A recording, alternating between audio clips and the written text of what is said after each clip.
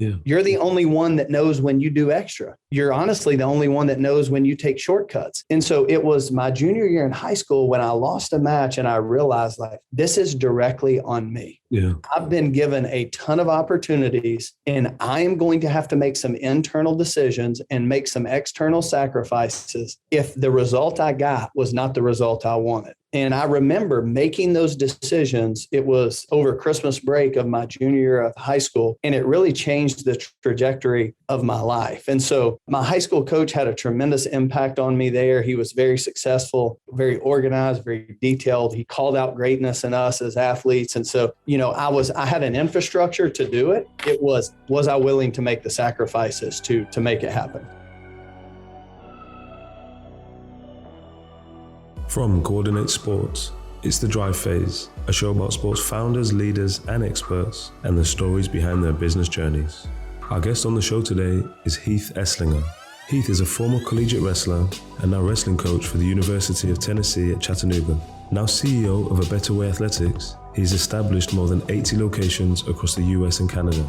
Using his own experience of coaching, he created a better way to harness the power of sport with a curriculum of objectives and tools to create positive experiences for coaches, children, and parents. Enjoy the show. Okay, I'm delighted to say that I have Heath Eslinger joining us today. He is founding partner at A Better Way Athletics. The organization harnesses the power of sport with a curriculum of objectives and tools to create positive experiences for coaches, children, and their parents. Welcome to the show, Heath.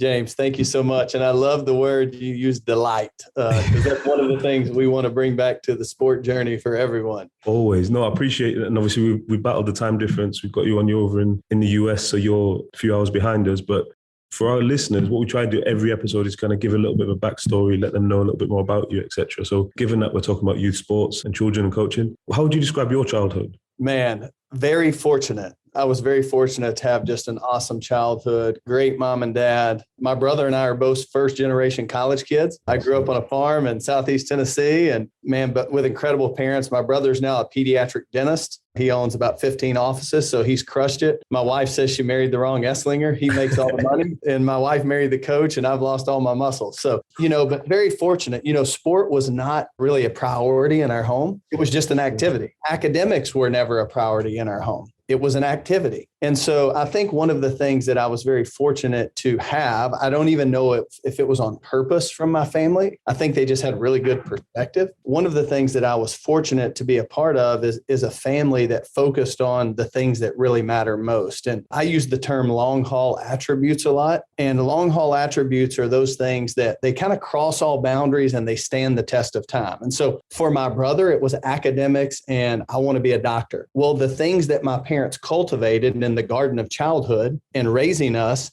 produced fruit in that arena of academics and medical school and all that. Well, those same attributes, I wanted to be a Division I athlete. Well, those same attributes worked for me as well because it crosses all boundaries and it stands the test of time. And so I think sometimes we can get caught up in trying to plant the wrong things too early instead of trusting in the foundational things that will work in every arena of life we're in. And so I think that was really what catapulted me and gave me a foundation that no matter what I chose, I may not be successful, but I at least had the tools to be successful. Yeah. So is this it's really interesting. So in terms of your parents, they weren't focused in, like you said, focused in on the academics or the physicality, etc. It was more, are we talking about more giving you the underlying core, I guess, ethics and work, certain principles that it's hard work and being a good person, developing someone for society rather than for a career. Yes, it was the intrinsic qualities that make people who they are ultimately. And so that was the priority in our daily schedule, in our weekly schedule, in our monthly schedule. It was never, how do we get them ahead in athletics or how do we get them ahead in academics? It was, how do we create someone that no matter what path they choose, they can succeed? And so one of the things we often often say at A Better Way Athletics is one of the most unfortunate things in the sport world today is we have kids with gifts and skills because we have made a huge investment there. I mean, you watch 13-year-old elite level athletes and it's like, wow, it's crazy. But here's what's unfortunate, James, is that many of those same elite level athletes, when everyone else reaches that place, their gifts and skills have got them to a room that their character wouldn't allow them to stay. And so what I believe my parents did, again, not even on purpose, just because they had good perspective, they gave my brother and I the character that whatever room we chose, we had the ability to stay. We had the necessary foundational characteristics and habits to be successful in that arena. Yeah, I love that. I love that. And in terms of yourself, obviously you said you wanted to be a D1 athlete. Did you, as a young child in elementary school, were you competitive with your brother? And was there kind of an element of that? Or? So competitive, we fought a lot, but it was never like, you hear people talk about the word competitive. It's such a catchword, man. And there's so much fake tough in our world today and false competitiveness. Like, again, when I say I wanted to be a D1 athlete, that wasn't until I was 17 years old. Like, dude, I didn't even that was just never a priority. Yeah. There came a point in my athletic journey when I knew I had control over my success. It wasn't, I was getting lessons. It was, hey, if I put in more work, I have more success. And you have to decide, are you willing to sacrifice here to invest here? But, the word competitive, again, I go back to, as parents, I hear that a lot. Well, I want to teach my kid to be competitive. And what I often say to families are, because I see it with my own children, a kid will throw his helmet at a baseball game because he struck out. Yeah. And the mom or dad will say, well, they're just really competitive. And I'm like, no, actually, they're just really a baby. Yeah, well, that's what I think, because it's really not one of them to be competitive. It's one of them to understand or be able to handle losing and take the lessons from that and apply it elsewhere. Yeah. Yes. So do they, for my children, and what I think was passed to me is, do I have the habits and the know-how that if I don't like striking out, I'll get up and do the work to fix it. You know what I mean? Yeah, because throwing your helmet after you strike out doesn't make you a competitor. Now, if you get up the next morning and you work on it, or you seek counsel, or you reflect, well, now you're moving into that realm of mastery. Like, I want to pursue mastery in this. So, no, I love that. And so obviously we're going to get onto the athletic journey for children, but for yourself, what was that like in coming through school, middle school, high school? Did you have any, key role models in that? I know that you said your parents had perspective in terms of the wider picture, but was there anyone who really, really pushed you in an athletic sense? Yeah, obviously it was my parents when it came to like a foundational sense. And then I had a tremendous high school coach. I really didn't experience a ton of success really until my sophomore year of high school. I was a really small kid, late puberty, but my sophomore year of high school, I had a little bit of success. And then I can remember. What's sophomore, just for our UK listeners? So sophomore would be 15 years old. 15 years old. And then it was my junior year of high school, 16, about to turn 17. I lost a match in wrestling. And it was the first time where I really self-reflected. And I often say to young people, the greatest coach in your life is you. The greatest coach in your life is not the guy you're getting lessons from or the girl you're getting lessons from. The greatest coach in your life is not your 13U soccer coach. The greatest coach in your life is you, because you are the only one that really knows. Yeah. You're the only one that knows when you do extra. You're honestly the only one that knows when you take shortcuts. And so it was my junior year in high school when I lost a match and I realized, like, this is directly on me. Yeah. I've been given a ton of opportunities, and I am going to have to make some internal decisions and make some external sacrifices if the result I got was not the result I wanted. And I remember making those decisions. It was over Christmas break of my junior year of high school, and it really changed the trajectory of my life. And so my high school coach had a tremendous impact on me there. He was very successful, very organized, very detailed. He called out greatness in us as athletes. And so, I had an infrastructure to do it. It was I willing to make the sacrifices to make it happen? Yeah. And I guess once you took that self-responsibility on board, I guess I'm almost curious, but I'm assuming that the coach reacted to that, right? He probably, if you could see that you were realizing it's your responsibility to get to the next level, he probably supported that even further. Right? Well, the one thing I think happened then, this is 1994. Now, the sport world was already headed in a bad direction then, probably. I think it started around 1976. So you're talking specifically wrestling in this? Well, I think just the sport industry in general, I think right. it took a real turn for the worse, like 1976. I blame Sports Center. Sports Center came out in 1976 and it made us all believe we could be professional athletes, and it made it all about the highlight. And so before Sports Center, you had to go to a game to see professional athletes, and you realized you weren't one. When you see it on TV, you think, I could do that. Not really. I've been to an NBA game. It ain't happening for this guy. And so, but in that time, the beauty there, James, was that there was space for a kid to pursue mastery. I think in our sport world today, we have organized their life as such that they are little robots. And so the beauty for me and the self-confidence that I gained when I chose to get up early in the morning and I chose to work out all alone. There was no one there. And I chose to find workouts to do. I can remember going to our grocery stores here and like looking at workouts and magazines and writing them down and then going and doing it. And, some people may say, well, you might not have been doing it the right way. Maybe not. But I was gaining so much self-confidence and emotional clarity and security in that it changed my life. I guess it's a good point for our UK listeners to maybe look at the college system, just a really brief overview of how that works. So you, in high school, you kind of took it on your shoulders, and then the next step is to get into university, right? Go to college and look for the Division One. And what was that journey?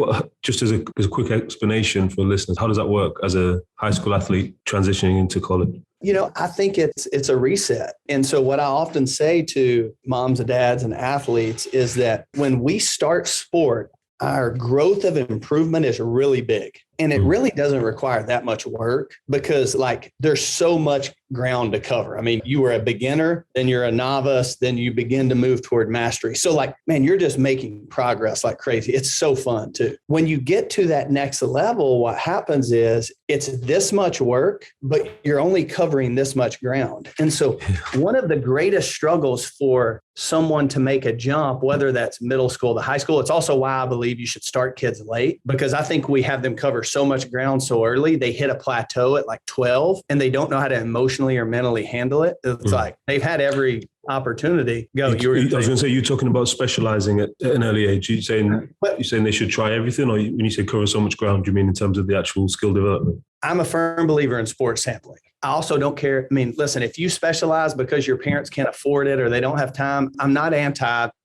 There's a lot of ways to make this happen. Here's where I believe we struggle at times, and no one wants to talk about this. As moms and dads, we want what is best for our kids so bad. At A Better Way Athletics, we call it a misapplication of love. And so what happens, James, is that because of opportunity today, I never had these opportunities. My parents worked, I rode the bus home, but because of the opportunities we can give to our kids, what happens is from 6 to 13 years old, some of these kids have truly professional people working with them in sport. And so what happens is you're going to get really good if you have a professional working with you at night. The danger of that is I cover all this ground, and at about 13, what do you insert to make the next jump? And so what you see is kids who really struggle going from middle school to high school, or kids that really struggle when everyone's gone through puberty now. And so what I believe is we have to be patient enough to push that pendulum back. And so as a parent, I want to sport sample things. I want to create athleticism in my kid. I want to build intrinsic qualities. Then post puberty, I'm going to start giving them some more opportunities, because if you're 13 and you hit a wall and that wall is really thick and hard to get through, you are probably not emotionally strong enough to get through it. And so here's what happens. Here comes well-intended mom and dad. James, you got to do this. Look at all this money we've invested. This is worth it. You could be an elite level athlete. And here's what happens. Instead of us knocking the wall down and the wall crumbling, the kid crumbles. Yeah. And so what I believe is start that process later. So for me, I hit that wall at probably 19 years old. You master sport at the high school level. Then you go to the Division I level, or whatever it is in the UK, the collegiate university, level, exactly. University level. And you show up on campus and guess what? Everyone's as good as you. And at that age, here's what you have to decide. Am I willing to do the work to knock down this wall? Well, that's much easier to do at 19 than at 13. I also didn't have my mom and dad screaming at me, knock the wall down, knock the wall down. You got to do this, put the extra work in. I was making an adult decision to pursue mastery at another level in my life. And so that's where I was very fortunate, is that I feel like my progression in sport was very healthy. I think sometimes today, the progression's not healthy because we try to fast forward it. We often say at A Better Way Athletics that we want our kids because we love them. And it's so well intended. For every parent out there that is listening, this is not, I struggle with this because I love my kids. It is well intended, but it has detrimental consequences. And so we want our kids to be right now at 8 years old what we had to become over 20 years. That's unfair. It might be just perspective. So when we look at the US from outside, the competitions, even at junior level, like you said, 8, 9, 10, 11 years old, the competitions and the size and the stature of the comps, they look so impressive and look so professional, even at that young age. And I'm guessing that pressure must filter down to the kids versus when I was a kid and I used to play football or soccer or whatever it be. It would just be, we just go to the park and there's no one watching. There's no razzmatazz or fanfare or anything like that. So the pressure was a lot lower at that age for us. I don't know if that's just us looking from the outside in or whether that's actually how it is. Oh, it's the pressure our kids are facing. And it's not just in sport. It's in appearance. It's in academics. It's in everything. The pressure they are carrying is unhealthy. And what's happening is we're asking them to carry this load and we're forgetting about helping them mature and carry this load over here. And so again, go back to my childhood. My parents weren't asking me to carry these boxes over here. It wasn't necessarily appropriate. They were making sure we were building and filling up these boxes over here. I really want to get into the kind of nuts and bolts of A Better Way. But first, if we touch on wrestling for you, and obviously that was a huge part of your life. You gone to, was it Tennessee? University of Tennessee. University of Tennessee, yes. You were on the wrestling team. How was that? Because when we look at wrestling, I'm guessing you want to be an athlete at that level. What is the kind of pinnacle for that? Is it the Olympics? You're focusing on trying to get to the Olympics? Or? Yeah, for a wrestler, pinnacle is going to be Olympics. Maybe the pinnacle now is you're in the UFC because you can actually make money there. But the pinnacle would be an Olympic level athlete. And to be honest, listen, I wasn't at that level. I was a really good college wrestler. I was fortunate to have a great career, to have a lot of success. But listen, again, at every level, there's another level. Yeah. And so, listen, man, I was very fortunate. Wrestling brought a lot of opportunities into my life. No one remembers. My mom, actually, it's funny. She sent me a picture. They were cleaning out their house. It was of a conference championship ring that I had won in 1997. She was like, look what your dad and I just found. I didn't even know where that thing was. To me, it was the pursuit of mastery that was fulfilling to me. It was challenging myself. Can I do that? I'm still that way today. I did an Ironman a few years ago. I didn't get a tattoo. I have no idea where my medal is. I didn't post it to social media. I wanted to challenge myself. And so that's one of the things that I think we're robbing children of. We're not allowing them to challenge themselves. We're always challenging them for them. And so the way you build self-confidence is you do things yourself. You can never build self-confidence if mom and dad or coach or instructor or strength coach or skill coach is always doing it for you. What happens is when someone like that's always doing it for you, you don't build self-confidence, you build entitlement and arrogance. Yeah. So you that's what we're all complaining about. Yeah, you're leaving that responsibility. And I guess you have to start and finish something. That's the main thing. Yeah. Okay. So I'm really curious, and we spoke about this with a few guests in terms of at that level, you pursue mastery and you're really focused and everything, maybe not everything, but a lot of your time is going into wrestling. And then I guess university finishes. Is it a case of, is there kind of a moment when you have to think, right, I need to move into a different arena or start a career? Is there moments of reflection and how is that difficult? I guess is one more question. It wasn't difficult for me. You know why? Because it was never my identity anyway. Got it. It was just what I got to do. And it was miserable at times, but in some sick way, it was fun for me at times. You know what I mean? Like running a marathon in some sick way, that's really fun for me. It's a challenge, but it was never my identity because that was never what was placed on me as a child. And so, listen, my brother's identity was never, you got to be smart. That was his pursuit of mastery. And so there was a standard of excellence in the way that we lived, the way that we treated people, the way that we interacted, getting things done, not just in school, but at our home. And so, for me, I was always excited about the next step. Like, hey, I knew sport was going to come to an end, and then I got to go make a difference in other people's lives. So I look at some people and I'm like, I don't know what to do. Sport is over, because people failed you, because everything in your life was centered around this. Now, did I miss it at times? Yeah, but like there's other ways to challenge yourself. So, and again, that was the blessing for me. The blessing was I embraced the challenge. Wrestling happened to be the lane. Well, when I got done wrestling, I did 24 and 48-hour adventure races. I started doing triathlons. I signed up for an Ironman. I rode my bike to the beach, 3 days long, And so for me, it was like, hey, man, I just have more time to do more challenges. So then you're taking all, obviously, that dedication and the lessons learned in that pursuit, you transferred it to your career. So did you go into coaching immediately, or was there? Yes, I was a high school coach. Yeah. And I'm assuming that you were able to utilize, and this is probably the genesis of where A Better Way came from. How did it start? So you're coaching at a high school level, and then was it kind of you're building up these philosophies and thoughts to then put it into the organization, or how did it come I don't know if I'm building up philosophies and thoughts, or I'm making a lot of mistakes and I'm taking notes. You know what I mean? Yeah. And so I end up as the head coach at the University of Tennessee at Chattanooga. Awesome opportunity. And my business partner, who's actually sitting here beside me, we began to really just talk about, we were speaking a lot at events, and coaches were all saying, hey, parents are the biggest issue. Parents are the biggest issue. Parents are the biggest issue. And it became almost humorous, because it was what everyone was saying. Like, if you ask any coach, what's your biggest challenge? Oh, parents, they're all idiots. They're crazy. We have the same we call them pushy parents and stuff over here.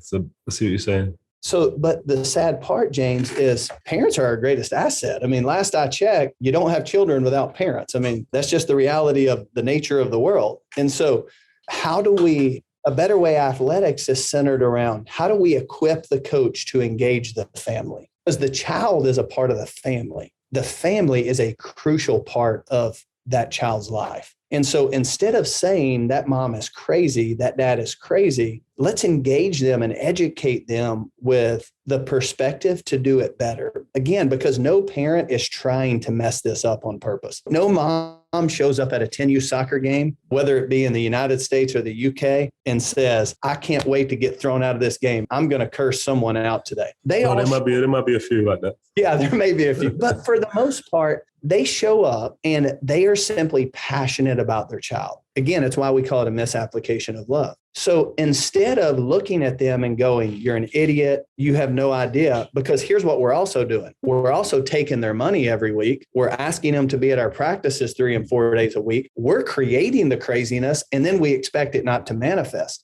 And so we want to engage that family. The other thing we want to do is we want to equip that coach. I made a lot of mistakes, James, because, and I say it in all of when we meet with people, I got 2 head coaching jobs. Both times they told me good luck. Our kids are worth more than good luck being the ingredient for shaping their experience. So luck can't be our main ingredient. And so we began to put together like truly some simple practices for coaches that help engage that family and create a more positive sport experience for that child. I think this is probably a really good time to I guess, outline the model. So you currently, the system's been used all across the US and Canada. Yes. So someone, if you're going to explain it, it's a bank of resources? Is it a curriculum?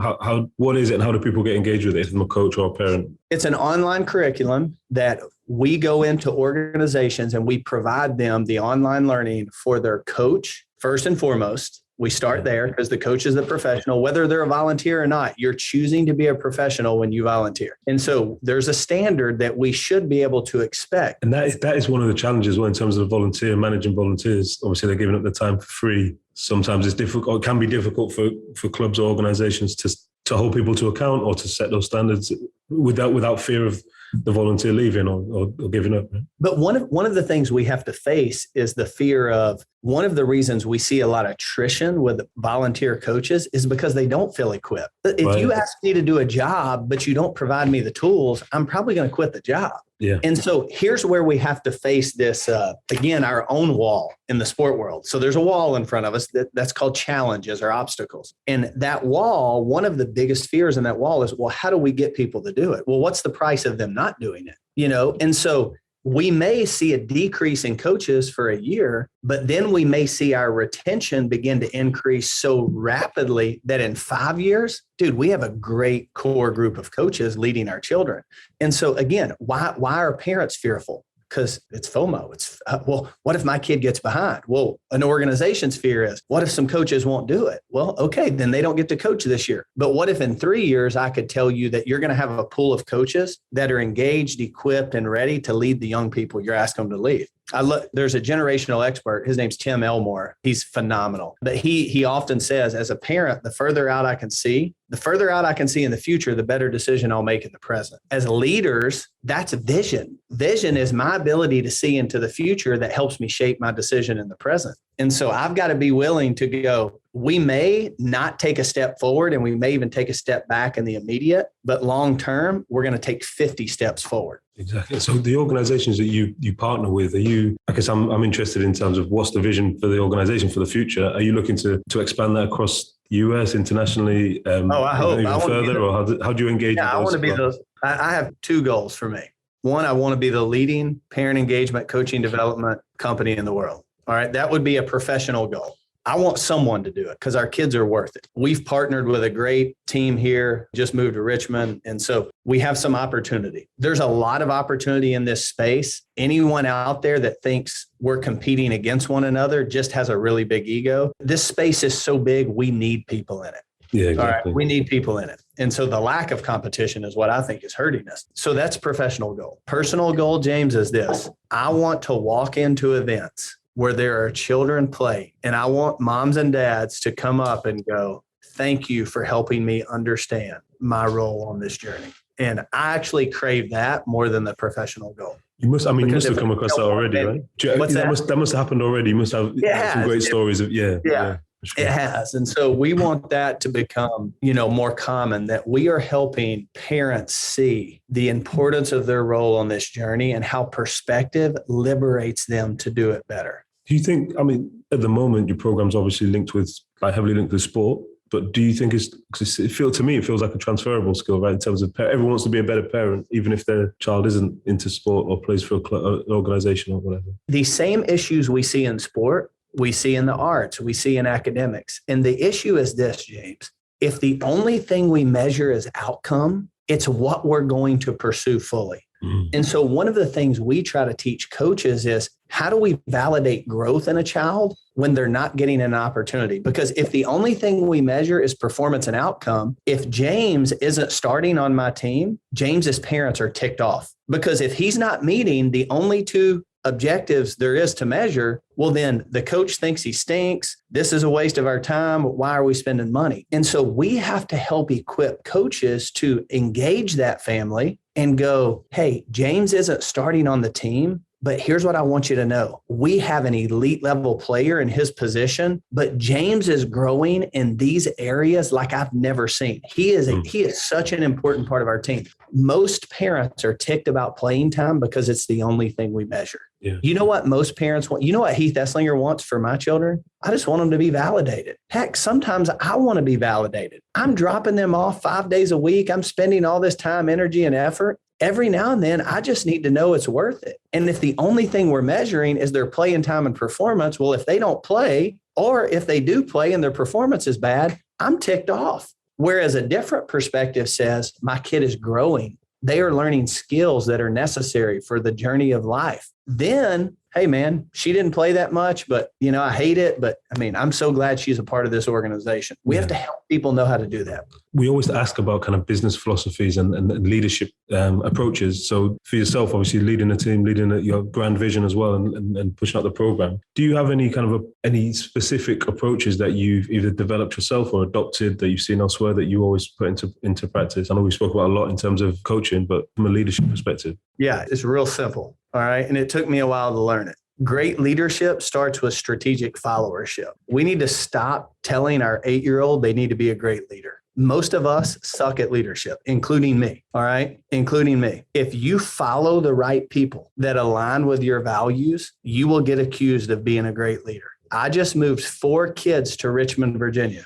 My business partner just moved his family to Richmond, Virginia. You know why? Because we were lacking in areas and we needed to follow someone. And so one of the greatest skills of leadership is the humility to follow someone else. Hey, I don't have it all together. And so we need to be teaching that to our children. I can tell you when a kid walks into the university or college level of athletics, within 3 weeks, I can almost tell you the success they're going to have based on who they choose to follow on the team. And the kids who choose to follow the right people, you know what I end up calling them when they leave? Man, that kid's a great leader. No, he's a humble, strategic follower. It's just not popular. It doesn't sound cool. Yeah. Switching gears a little bit, it's more personal. Do you have any kind of, you mentioned there in terms of athletic pursuits, so Ironman and running, cycling, etc. Do you have anything that you do, like daily routines or habits that you always have to do to be on top form, performing at your best level? Oh man, I'm raising 3 teenage girls right now. I also have a 10-year-old son. He's pretty easy, but I think you go. So would you look for some quiet time? Yeah. You go in rhythms in life. Right now, my rhythm is this: I run at least 1 mile every day. Yeah. Like, I don't care if it's 11 p.m. at night and I've been busy all day. I am going outside or getting on my treadmill, and I will run 1 mile. Now, there's days you run more, but the other thing we've started doing, my business partner and I, is like we do 300 push-ups every day. Now, there's days you do more than that. I do think there is much to gain from daily disciplines, the daily discipline of reading, the daily discipline of, a morning routine. But from a fitness standpoint right now, that's where I'm at. We're super busy right now. We're in a new arena of life, a new place. I don't need to sign up for an Ironman. I need to have a schedule where I can manage what I'm doing. I think sometimes in the sport arena, even as we try to change this sport world, I think one of the things we've been challenged here with as we follow a group of people that have done company after company is simplify. There's a lot of people that want to change everything in the sport world. We want to change a few simple things: how we engage families and how coaches engage families. That's all we want to change. Once we master that, we will add a layer in. And so before you run a marathon, you run a 5K, then you run a 10K. Then you run a half marathon, then you run a marathon. Even if you don't do it in bite-sized pieces where I do a 5K, a month later I do a 10K. If you just sign up, because I'm crazy like that, I'll just do a marathon. You don't get to cross the 26.2 mile mark until you've gone through the 3.1 mile mark. And so, just in small chunks, taking these things and pursuing it. You mentioned about obviously the relocation to Richmond, etc. Is it possible? Are you able to expand on the partnership you've got there? Or is that? I think right now we're trying to master what we're doing. Yeah, we're trying to figure out what is the mechanism to really scale and have an impact nationwide. I don't think anyone's cracked that code yet in the sport world, and we want to try to crack that code. Our kids are worth us trying to crumble that wall that's in front of us. Yeah, for sure. It feels like something that should be kind of embedded across all sports, or from the, governing body level, or the leagues. But yeah, I know you're working on it. Last question for me, it's a reflection. So we always ask all the guests, if you were going to look back at your life, or you have the opportunity to go back and speak to yourself, let's say when you're leaving college or just starting college, and give yourself one piece of advice based on everything you know now, what would that be? I would probably just say enjoy each season a little bit more. I think I probably got wrapped up in the mastery at times where it's just all consuming. And every now and then you miss the flowers for the trees. And so I'm in hurry up mode all the time. And so I think there's a great book out there. It's called The Ruthless Elimination of Hurry. It's an incredible book. It's kind of a faith-based book. So if that offends anyone, don't get it. But God, it's one of the greatest books you could ever read. I don't care what your beliefs are.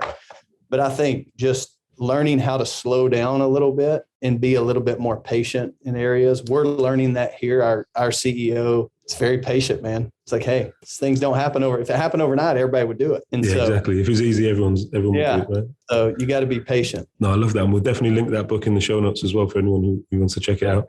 Heath, thank you so much for giving up your time. And really appreciate you being so transparent with us. No, I love it. Thank you so much. Great to meet you. Thank you for listening to this week's show. You can subscribe anywhere you get your podcasts.